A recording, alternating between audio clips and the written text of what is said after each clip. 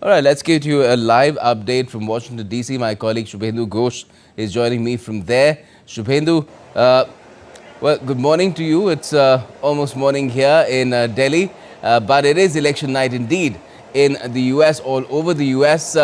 Washington, D.C. is where Kamala Harris is soon to have an election watch party in her alma mater, Howard College. But what are these exit polls indicating? These are very early exit polls, but in battleground states, it seems that the battle is very, very close. Two right now being declared in favor of Harris, one in the favor of Trump. Absolutely, Gautam. Good evening from Washington, D.C. The election night is just about to begin. Where I am, if I could tell you just briefly, I am at a polling station, a prominent one. You can see the queues behind me. The queues have been continuously getting longer. Till 8 p.m. there is still time for people to come here in the queue and vote. People who join the queue till about 8 p.m. will be allowed to vote. And we see this queue continuing, people patiently waiting in the line for their opportunity to be able to vote. A lot of work that the voters have to do. It's not just a choice for the president they have to make. There are a number of seats of senators, House of Representatives. There is also an amendment on abortion, also on marijuana.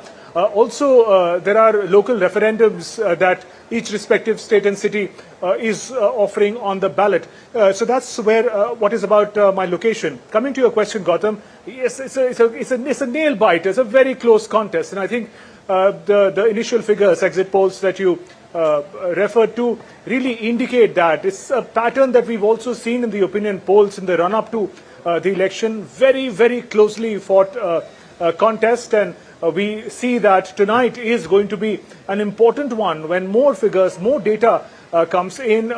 These are really early hours for us to be able to talk about the meaning and the direction of the trends, because there's so many places. Here in Washington, the national capital, the voting is still on, and till about, as I mentioned, 8 p.m. the voting will go on, and that's pretty much the order in the other states as well. And from here, if you go towards the West Coast, which there's a 3-hour difference because of the time zone, there's still maybe many more hours of voting to go.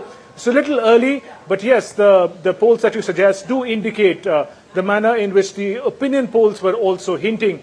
Very closely fought contest. We'll have to wait and watch, really, who comes out on top. But it's not going to be an easy calculation as I see it.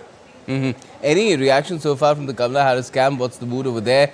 We saw that she was working the phones at the Democratic National Committee that she had visited a short while back. When is she going to Howard College? Well, no reactions again, perhaps because these are early trends that are coming in. Also, more consciously, both the leaders, Donald Trump and Kamala Harris, we're learning from sources, have decided to get a little quiet. It's been a very hectic campaigning season. But till more solid numbers come out, more trends appear from the other states, till the polling concludes, at least in the East Coast, and more concrete numbers can be talked about. Till then, the leaders are expected to be at their respective camps. Donald Trump at Mar-a-Lago in Florida, near the Palm Beach, and Kamala Harris, as you mentioned, Howard College, her alma mater. That's where she is likely to be, an important place of her own upbringing and education. So on a night as historic as this, she would like to be where she found her roots, her knowledge, her expertise, and her will to fight for the people. So in that sense, not much that we're hearing from the leaders as yet, but it may be a little too early to expect that too. Okay. Well, Kamala Harris, of course, sent in her mail ballot in on Sunday, so she doesn't have to really step out to vote today. But just tell me, we're also getting inputs about how there have been some delays in certain places because which voting time has been extended. How is that likely to affect, when polls close and then ultimately the results? We have to look at the kind of electioneering structure that the United States has, Gautam. It's unlike India, for reference. There is no common central election body that regulates the elections everywhere. It doesn't work like that in the United States. Every state has its own election mechanism. The speed at which the polling is conducted, the speed at which the counting is done thereafter is independent for all the 50 states, and therefore there is a gap at the speed at which, the efficiency at which states are able to gather the votes and then count them. And it is millions of people are voting in these elections. Overall, 244 eligible voters. About 80 million people had already voted in the early voting. So there's a lot of data, a lot of voters that the administration has to engage with. The station where I am, the polling station where I am, the queue is, it appears, becoming longer as we are getting closer to the time of the conclusion of the poll. So in that sense, there are a lot of variables that the poll authorities have to face as well. There's a very strong, very heavy security apparatus also, which is monitoring the movement of people. All those reasons put together, there is a certain difference in the speed at which this electioneering is happening in different counties and different states, and that is yet part of how it happens in America. Yes, and of course there's been hoax calls as well, the FBI putting out that a lot of those calls have come in from certain domains in Russia, and there was an incident at the capital as well. So is there still a lingering apprehension, some fear that something untoward could happen, and people are being watchful about that as well?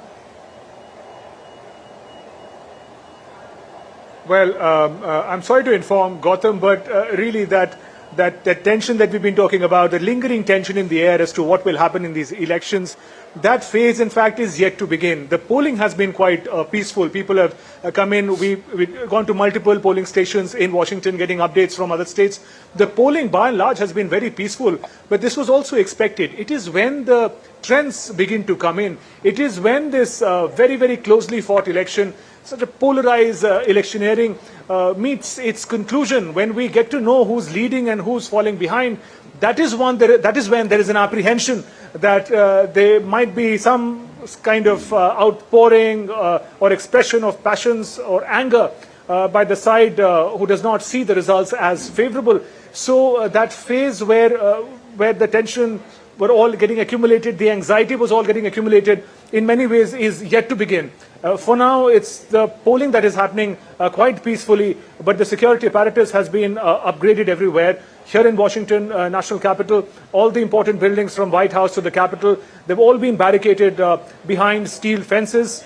Visitors can't even go close to them.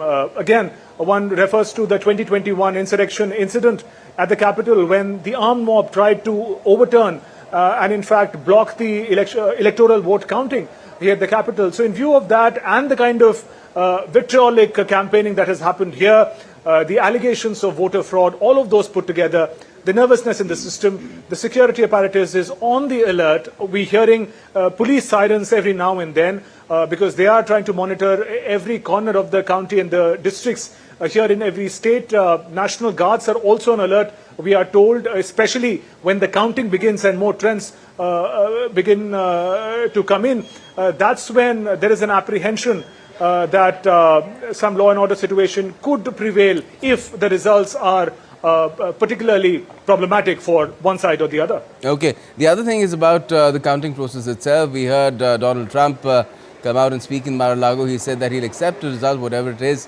even if he is defeated, if the process is fair. Now, he's always raised questions about it, that it's not fair. He's questioned the electronic voting machines. So tell us about the kind of transparency that there is, and is there also a way of ensuring that the results come out well quicker than they did the last time around?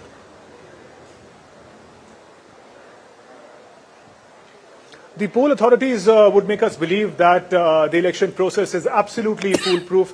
The allegations of voter fraud, election manipulation that have been made since 2020 when Donald Trump lost those elections. We've seen that investigations have happened over the past 2 to 3 years. They're still underway in many ways, but nothing major has come out. There have been instances of clerical error, some errors as far as counting of a few votes are concerned, some duplication is concerned.